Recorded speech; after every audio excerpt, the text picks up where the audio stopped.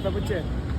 আমি বর্তমান যুগে আমি এনে থাকি। আমার আসলে পরিবার আছে, আমার বাচ্চা, আমার 2 মাইয়া মাদ্রাসায় পড়ে, মহিলা মাদ্রাসায় পড়ে, আরেক মাইয়া বিয়ে দিচ্ছি, এক ছেলে আছে। ছেলে আপনার সোয়েটার চাকরি করে। মানে শীতকাল হইলে 6 মাস বয়ে দেয়, 6 মাস কাম করে, 6 মাস কাজ করা যায় না। এখন আবার এই ঘর ভাড়া দিতেছি। আমি আসলেও ঘর ভাড়ার দাম আছে বাবা, 5,000 টাকা ঘর ভাড়া।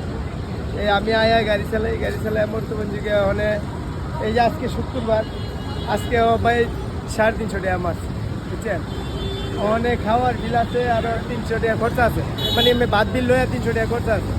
এই খরচের মধ্যে মাঠ থেকে ওখানে তো মনে করেন যে রুজি ইনকাম কম, মানে ইনকাম শুক্রবার মানে বন্ধ না, স্কুল কলেজ বন্ধ থাকলে আমরা এমনি বাবা এই যান সব রিস্কা এক জায়গায় দল হয়ে যায়, বুঝছেন।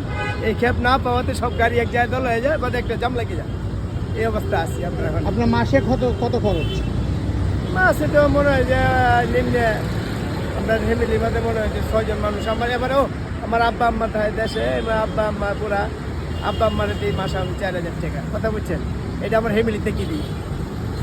ওখানে মনে হয় যে 20-22 হাজার টাকা খরচা আছে, নিম্নে খরচা 20-22 হাজার টাকা আছে আমার খরচা। 20-22 হাজার টাকা খরচা নিম্নে। ইনকাম কত? ইনকাম তো আমার এই যে মনে করেন যে মাসে মনে হয় যে 15-16 হাজার।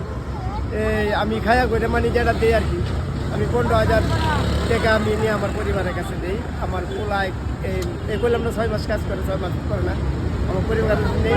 এটি দিয়েই এটি দিয়েই চলতেছে। আর আমার তো খাওয়া লাগে না, আমি তো যাই না।